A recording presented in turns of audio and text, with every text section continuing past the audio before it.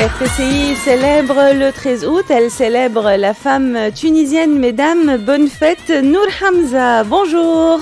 Bonjour Emna, bonjour à tous nos auditeurs et spécialement aujourd'hui à toutes nos auditrices. Et oui, et à toutes les femmes sportives qui sont sportives comme toi. Alors en 2019, il y a eu la création de l'association de Sidi Bou Saïd Aquawalking. Première question, comment t'es venue l'idée de créer cette assoce ? Alors en fait, j'ai pas eu d'idée de créer la sauce, c'est venu complètement par hasard. On faisait de la marche, juste de la marche pédestre, et puis on a découvert qu'il y avait un sport qui s'appelait la marche aquatique. On l'a découvert à Bizerte et on s'est déplacé à Bizerte pour voir ce que c'est. On est tombé amoureux de ce sport. Et après, on est revenu dans la banlieue nord de Tunis et on a ouvert le premier club aquatique de la banlieue nord, à Sidi Bou Saïd. Alors, RTCI t'a déjà invité pour en parler depuis le début, depuis la création en 2019 de cette association. Exactement. Ma question est la suivante. Comment cette association a-t-elle évolué? Comment elle s'ouvre aujourd'hui à l'international?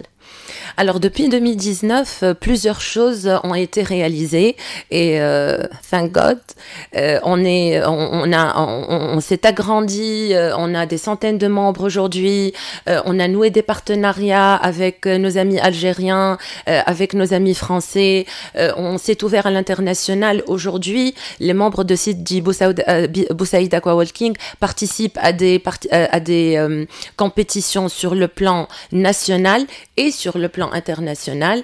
Et par exemple, je pourrais te parler de nos prochaines échéances, parce que c'est quand même assez important et c'est assez proche. Le 6-7 septembre, nous allons rencontrer l'équipe de France de marche aquatique.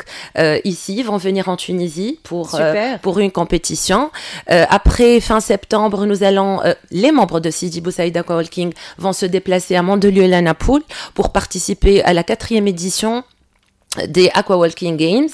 Et puis au mois d'octobre, nous avons aussi dans le cadre du Fair Play Games, c'est une suite de rencontres conviviales entre les clubs tunisiens. Donc il y aura aussi une compétition entre les différents clubs. Alors je me dis que peut-être cette journée pourrait être une sorte de déclic pour les femmes qui sont à l'écoute.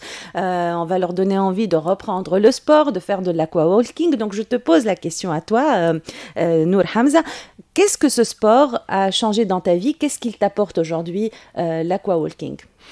Alors, ce sport, en fait, il a changé beaucoup de choses. Pas uniquement pour moi, mais je pense pour toutes les femmes longeuses et toutes les femmes amatrices de sport. En fait, c'est un sport, aujourd'hui, on ne parle plus de sport santé.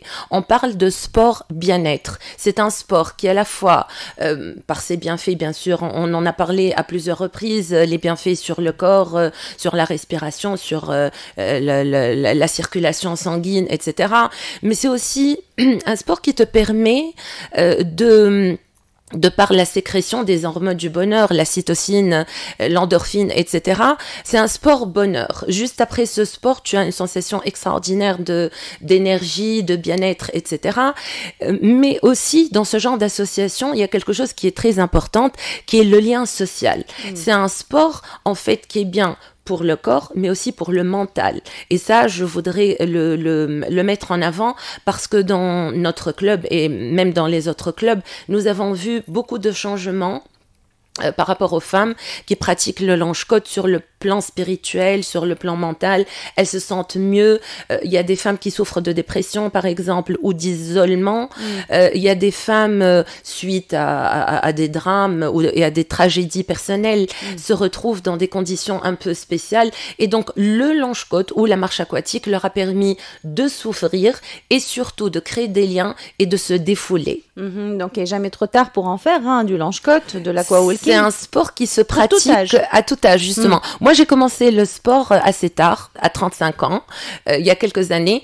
Et en fait, aujourd'hui, je vois des membres qui rejoignent l'association, qui ont 60 ans, qui ont 65 ans, et elles sont épanouies, c'est-à-dire d'une façon extraordinaire. Merci. Alors, on terminera cet entretien par une question que je vais poser, il faut dire, assez souvent à mes invités aujourd'hui, en ce 13 août, journée nationale de la femme ou fête de la femme. Alors, si je te demandais de me citer le nom d'une femme inspirante, elle peut être connue ou non, proche ou pas, Nour Hamza. Je vais pas chercher trop loin, hein, je vais parler de ma mère. Je pense que la femme inspirante que je suis, la femme inspirante, c'est ma mère. Je m'inspire d'elle tous les jours. Mais la femme que je suis devenue, je pense que 90% c'est grâce à elle. En fait, on partage beaucoup de points communs, la détermination, c'est une femme qui a le sens de l'initiative, qui n'a pas peur. C'est une femme qui est bosseuse. C'est une femme qui a toujours des objectifs en tête et qui essaye de les réaliser. Et je pense que j'ai beaucoup hérité d'elle dans ce sens. Comment elle s'appelle? Emel, maman. Emel. Alors on va lui offrir la chanson qui va suivre. Merci beaucoup Nour Hamza, femme inspirante à ton tour, femme sportive qui a créé l'association de Sidi Bou Saïd Aquawalking. C'est le premier entretien en cette journée du 13 août 2025. Bonne fête mesdames.